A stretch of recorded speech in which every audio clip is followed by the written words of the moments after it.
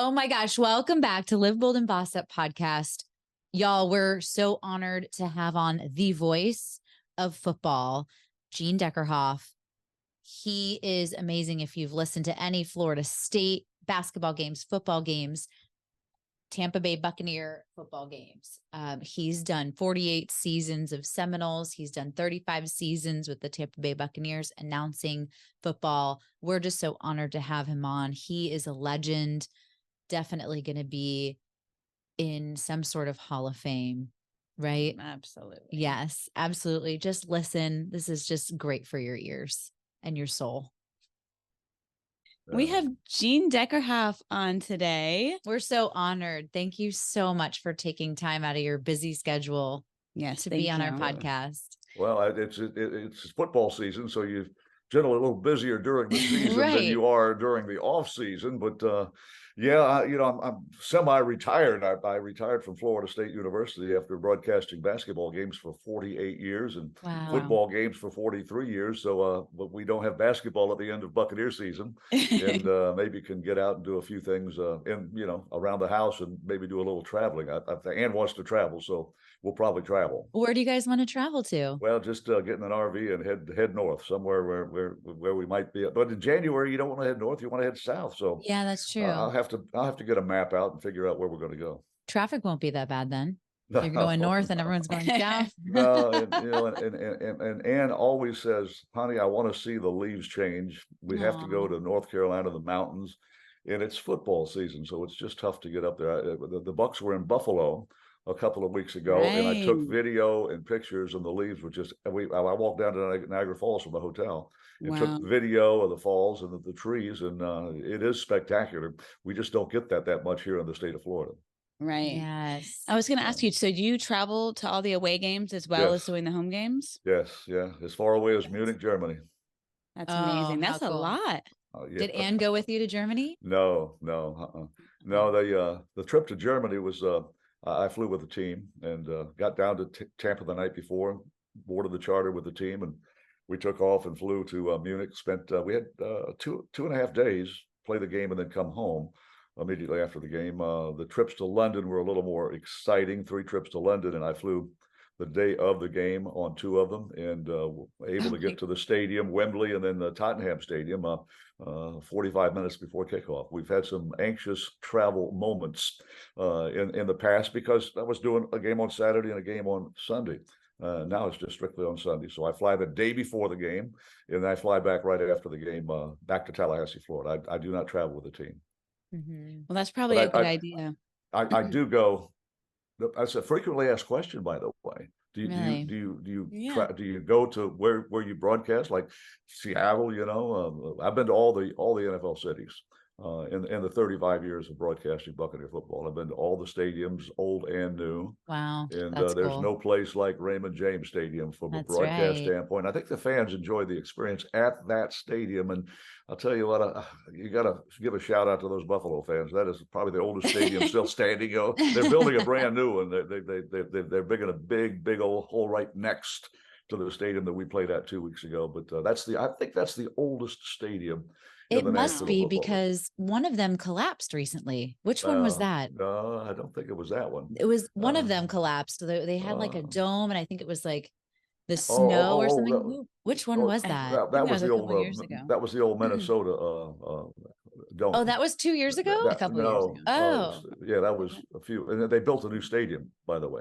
Already. Seattle had a dome, and they had some tiles fall off the stadium. They had to play the University of Washington Stadium for a season until they repaired that. But that was, oh my goodness, that was back in the late 90s.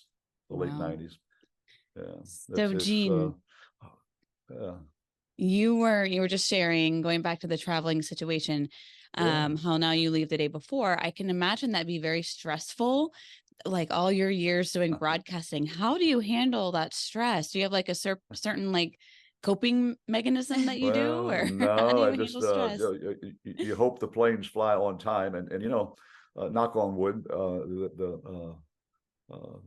the times that I've had air travel difficulties, I've been able to get to the stadium. I missed half of football in a game against Washington. It was played at FedEx. Plane canceled because it canceled because of equipment problems. And I got on another flight, but then I missed the connection in Atlanta. Had to wait 2 hours to catch that. And by the time I got to the stadium, it was halftime. But another time, driver from the airport to Chicago Soldier Field, traffic was so bad. The plane was early, but the traffic was so bad. It was a beautiful day in Chicago, and I think everybody that lived in Chicago was out and about crossing the street. So cars making left turns against pedestrians couldn't move. So as a result, I missed the first quarter of that game. But those are when you think about it, 529 games. That's Florida State. But with the Bucks, I'm a little over 700 games now. I think it's about 705. I had 695 coming in. That counts preseason games. And the away games, say half of those 700 games, 350 were away games. And generally they were Saturday afternoon or Saturday night Florida State football games. So yeah, my producer, Jeff Ryan, I always said wheels up when I left Tallahassee at 6:15 in the morning. And then when I got on the plane in Atlanta, wheels up from Atlanta heading to wherever, Seattle or San Francisco. And I'm able to sleep on airplanes. Coach Bobby Bowden taught me how to sleep on airplanes. And so I could get a few hours sleep on the plane flying. And home games, when FSU would have a night game, come back to Tallahassee, do Coach Bowden's TV show. And then my wife could drive the little RV we drive in to Tampa, so I could get a few hours sleep heading down to Raymond James Stadium. We'd leave Tallahassee at 6:05, arrive at 10:35, and I'd drop Ann off and go to the stadium, broadcast the game. Wow. Those are some hectic days now. Now we drive down on Saturday. The game is Sunday. And this weekend we'll leave Saturday afternoon. I'll listen to the Florida State broadcast of the FSU Miami game. You see my spear behind me. This is a big week for the Noles, 4th ranked in the country. And I went to practice this week and said hello to Coach Norvell and Jeff Colhane, who replaced me as the announcer. We get together on a regular basis, and he always does an interview or two with a player, and I listen in and listen to the press conference. But anyway, I only go the big week: Clemson week, Miami week, the first week against LSU. So I've been to about 4 practices this year, but that's about the extent of it. I like being around the football team. It's they're great people, and Mike Norvell's a tremendous coach. Yeah. What do you do? I think there's a bunch of people, when I shared that you were going to be on our podcast, they're like, wait a minute, what does he do to get ready for the game? Do you study stats? Like, how do you know these guys' numbers, names, positions, and you have to call them instantaneously as they're happening? How do you prepare for that? Well, the preparation is the hard part. The broadcast is the inspiration part. It's the old Red Barber, legendary baseball Hall of Fame announcer, was general manager of CBS Sports at one time, broadcast the Yankees, and he retired and lived in Tallahassee, Florida. And I had a chance to meet and interview Red Barber, but his whole thing was sort of like Thomas Edison. He says sports broadcasting is 90% preparation and 10% inspiration. And that was the same thing that Thomas said. And that people ask him, how do you, he said, well, in inventing things is 90%, work, and then 10% inspiration. So it's the preparation is the tough part. It's like a final exam every week. I think if obviously you have a lot of college age young ladies watching this podcast, live bold and boss up. But it's like studying for a final exam, and you have 20 final exams every year. And of course, we're hoping we have 21, 22, or 23, which would mean playoff. Exactly. But right now, we're 10 games into the season, 8 games. Well, let's say no. We played 8 games, and there were 3 preseason games. So we're 11 games into this season, and that means we have 9 left. And knock on wood, hopefully we get this thing turned around and win some football games and have a chance to make the playoffs. We won the division 2 years in a row. And we're trying to, and the team has never won 3 division championships in a row, and we have a chance this year, and we're not out of the thing. I think New Orleans, they're 5-4, and we're 3-5, and they're the leaders. And the Atlanta Falcons lost last week, so we're still in the hunt. Good. Don't give up, Bucs fans. We're still in the hunt. That's right. So, leading up to the game, how long does it take you to prepare? Like, are you doing it all week? Is it just like all season, even all summer? Yeah. I start really right after the draft because you know your opponents. And Right. what I begin with there is matchups. Actually, we know the opponents. I can tell you, you can look in the NFL record book today, and you know who your opponents are going to be next year, with the exception of, I think there's two. You have to play the division that you're not playing. Like this year, we're playing the AFC South and the NFC North. So we've already played one game against the AFC South. That was Houston last week. So we have Indianapolis coming up. Then we have Jacksonville, and then we had to play Buffalo because they're in the AFC East, but they won their division. We won our division. That's how the schedule works. So you know who you're going to play, and you can start preparing in January, February. But when you only have one game to start preparing, well, let's wait till the draft and see who those other teams are, and then start doing the stats and what I call matchups. And, I'm sorry I haven't printed the matchups for the Titans game this weekend, and I just tore last week's and threw it in the trash. Or I could hold them up and say, this is what you do. But and then video, you subscribe to the NFL Plus, and you can watch replays of all NFL games. And I subscribe to that. You have to pay. It's a little bit of money, but if you really want to see all NFL games on a replay basis, it's well worth the money. And so I'll look at the Titans game tonight, and I've already watched our game. Well, I didn't watch the last 2 minutes of our game, but against Houston, but I knew what happened. Okay. Right. But then you watch the video and you make notes. And then I do know, I'll tell you, the Buccaneers every week put out a magazine called it's Game Week. And this week, Tristan Wirfs is on the cover. But this is the data and the stats and the depth charts and the rosters of that's your preparation. That's where you get all your data. Yeah, and then nice. One of the few teams,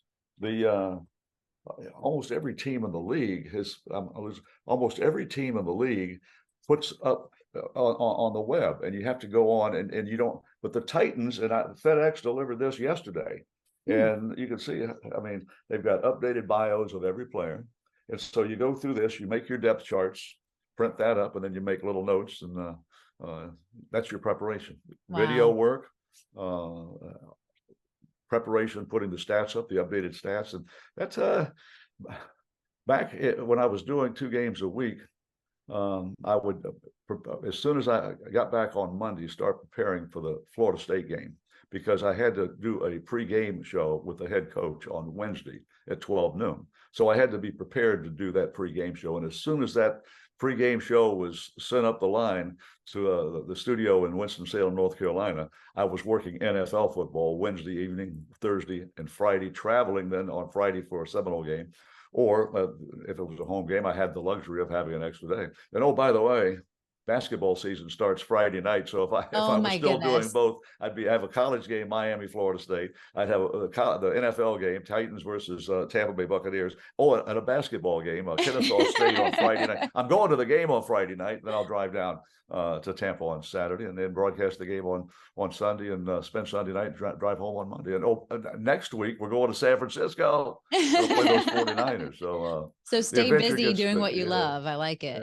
Yeah. Well, actually, Tim does all the travel preparations, and I've already gotten notice from the hotel in Tampa. Do you want to check in? What time you're going to be there? So he gets me to where I need to be. We stay in nice hotels, by the way. We stay in real nice hotels. Yeah, he does a good job with that. Your voice is so synonymous with football for like many fans, right? How did you even get into it? Everyone wants to know, how did you get into this? Did people tell you from a young age that you had a very unique, special voice? No, I don't think it's special myself, but it's probably changed over the years.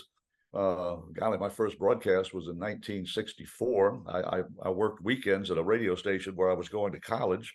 And I just add that up. I mean, that's like 59 years ago. So I've been talking. There was a period of time right out of college that I worked for Southern Bell, business office manager. Then I worked for General Foods. Spent a lot of time in the Bay Area. Lived in Bradenton. Traveled down to Naples and all the way over to the Ridge. And I got to find my way around the state of Florida pretty well. Raised in Jacksonville, but I played college basketball, junior college basketball. I got a scholarship. And the radio station that broadcast junior college games, you don't hear high school games much anymore, let alone junior college. Right. But he would happen to be the program director of a local radio station in Palatka. And by the way, that's 52 miles south of Jacksonville, and on highway, I guess it's highway 17, US 17. But I started working weekends. I got my FCC license, and then I stopped playing basketball, decided to get married, and I needed to work. So I got a full-time job at that radio station, and transferred, hold your ears, Seminoles, I transferred to Gainesville. In 18 months, I finished. There was the old trimester program. I took 24 hours a trimester, and it took a year and a half to get my bachelor's degree. But I worked there, and new owners bought the radio station, and they wanted to change the staff around. And one of the fellows they changed was the fellow that did play-by-play. And they'd already sold a basketball package of sponsorship, and they said, "You played basketball, come along and help this fella, the sales manager, announce the games." And after the first quarter, the sales manager said, "You know more about this than I do. Why don't you do the broadcast and I'll read the commercials?" So that was my first I had done a little league all-star game in Palatka, but that was tough duty. We had no depth chart for that. The players didn't have their names on the back. It was tough to do a baseball game. You don't know who the players are. That's cute. But basketball, I did about 7 basketball games and graduated, and got what I always say, a legitimate job with Southern Bell, and then with General Foods. But we were expecting our 3rd child in Bradenton, and I went down to the local radio station. I needed a little part-time job, and I got a weekend job where I worked 6 till midnight on Saturday, and then 6 a.m. till noon on Sunday. And the new owners came in there, and they offered me a job to be a full-time announcer, and I left General Foods to begin WTRL. I don't even know if they're still on the air with those call letters, but just south of Tampa Bay. And in fact, it was a 1,000-watt station, but they had such a good ground system that you could hear it. It'd bounce over the bay, and you could hear the station in the Tampa Bay area. And there were several ad agencies that from time to I would drive up to Tampa. And, I can remember I was working in Braden, and when Cracker Jack Harris started working at WFLA radio. He did middays, and then he's retired now. But he and I did USFL football games together. He and Vic Brinzi and I, we traveled together, and we survived 3 years of that. And I think that's probably how the relationship between Gene and the Tampa Bay Buccaneers. I was called by WRBQ and offered the job to do Tampa Bay Buccaneers. I said, "Well, I'm already doing Florida State," and they said, "Well, we want to show you how we can get you around from place to place." And so I said, "Well, I have to ask my boss, Seminole Boosters," but they were paying me to produce Coach Bowden's TV show and serve as talent. And I got to get permission from them, the athletic director, and also from Coach Bowden. And I'll never forget Coach Bowden. He was doing a TV commercial for me over in Jacksonville. And the ad agency was always late and never ready when Bobby got there. And they did all 3. They did Georgia, Florida, Florida State, and Bobby was the easiest to get along with, so he was always first. And I sent him over there to do the commercials and told him he'd be home by 2, 3 o'clock in the afternoon. And I called at 4:30 to ask Bobby if it'd be okay to do his TV show at midnight or 2 o'clock in the morning, and he wasn't home. I called, talked to Ann, his wife, and I called 3 more times, and the 3rd time was the charm. He was just coming through the door. And he says, "Gene, what do you," he said, "they weren't ready at all." When I said, "I'm sorry, Coach, I'll call." I said, "What do you need?" Because I very seldom call Coach at home. And I said, "Well, I've got a chance to do Tampa Bay Buccaneers football." This was 1989. And the dynasty had begun. The Noles were in the top 4, season after season after season. That began in 87. And here's the winningest coach in program history. And he says, "Well, Gene, why do you have to, you're still going to do our games?" I said, "Yes, sir." He said, "Why do you have to ask me?" And I said, "Well, Coach, we may have to do your TV show at midnight or 2 o'clock, 3 o'clock in the morning." And he said, "Well, you're still going to do our games. I think it's great." He says, "You just wake me up after the commercials and we'll do that show." And there's not another coach on the planet. I tell this story when I give speeches and I talk about Bobby. I talk about Bobby a lot. In fact, I think I have every book that Bobby wrote or had written that has his signature on it that he wrote. But unique man. But he said, "We'll do it when there's not another coach." And when we think about unique men, I've had the chance to work with Bobby for 34 years. and Tony Dungy at Tampa Bay, two of the finest human beings on the planet. And Tony's still working. Bobby, we're doing this podcast on the 9th, which is my oldest son's birthday. He is 57. Happy birthday, Emerson. Coach happy Bowden passed. birthday. Coach Bowden would be 94 yesterday, but he passed away 2 years ago in August. So yeah, great man is gone. He's in heaven, and I think of him every day. And I talk to Ann Bowden, not that frequently. I probably should call more, but I've talked a couple of times since Bobby passed, and she says, Gene, I really miss Bobby, and I said, and we all do. But that's how I got in the business of broadcasting sports. Got away from it for about 5-6 years, then started back in the business in Bradenton. Moved up to Tallahassee to broadcast Florida State sports and be a morning disc jockey. I don't know if there's still disc jockeys now. They do 3 or 4 people. And they chit chat. When I used to spin the hits, and sold advertising. And my first basketball game was a home game. Florida State playing at Tiny Tully Gym. Now they play at the beautiful Donald L. Tucker Civic Center in Tallahassee. But 1,324 basketball. Yeah, that's a lot of basketball. Amazing. And I love college basketball. I love college basketball, but I love football too. Yeah, I really do. If I didn't love football, why would I do 2 games a weekend? Right. Yeah. Right. The old saying, and I've heard this, and I don't know how they can say it, but you ask any football player, and they'll tell you, even up at the NFL level, you're getting paid a lot of money. But high school, college, you're getting a college degree, and you're getting a stipend now because of the new regulations. But and you can even have NIL stuff, name and license, and image. The guys are doing commercials in Tallahassee, making some good money doing it. But those are the new rules in college sports. But football players will tell you, you don't play football unless you love it. Yes. I've been to so many practices in my lifetime that I don't know how, especially here in Florida. Can you imagine 100 degrees with all that gear on? I don't know. And this they say, if you don't love football, you don't play football. That's right. And then Dave Moore, I've been working with Dave Moore for almost 2 decades now on Buccaneers broadcast. Played for the Buccaneers, number 83. Played I think a year with the Dolphins, then played 2 years with Buffalo. Came back and retired as a Tampa Bay Buccaneer. But I think Dave tells me he's had like 23 surgeries due to football injuries. Wow. 2 hip surgeries. It's just, as you get older, you feel those things. Yes, you do. I mean, I'm getting older, and I feel it. I didn't play football. Yeah, we love Dave and everyone over there at Moore Insurance. Yeah, we see them all the time. Yeah, by the way, shout out, his birthday is the 11th. It's coming up. Happy birthday, Dave Moore. Happy birthday. It's on Veterans Day, so you wear your red, white, and blue, and then you say happy birthday to Dave Moore. Cool. I like remember that now. Well, Gene, obviously Bobby, great man, top of my list as like most honorable people. Love him.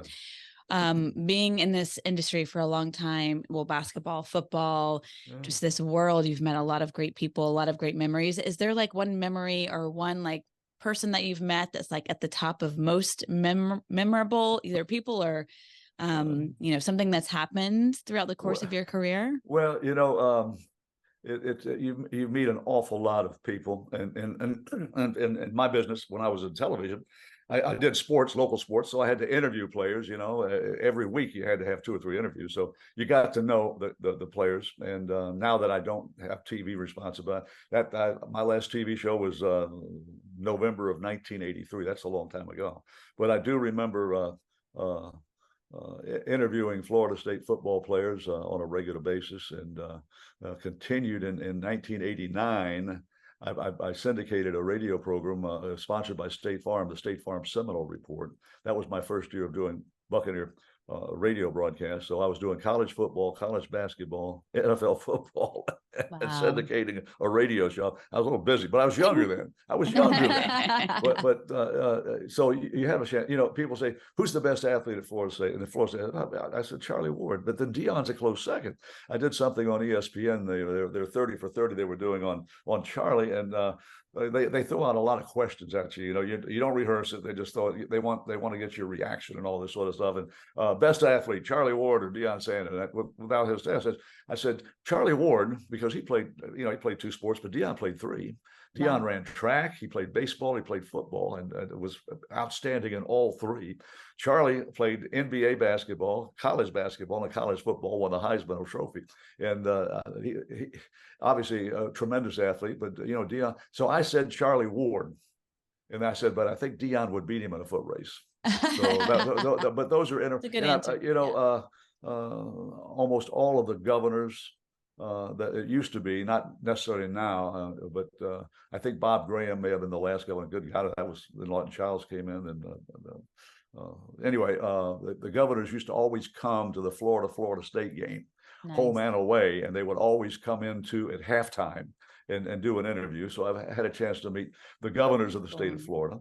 Nice. Bob Graham was a huge football fan and a good governor. And as far as athletes, I mentioned Dion, but Tony Dungy, I mentioned him and Bobby. Yes. Those are at the top of the list.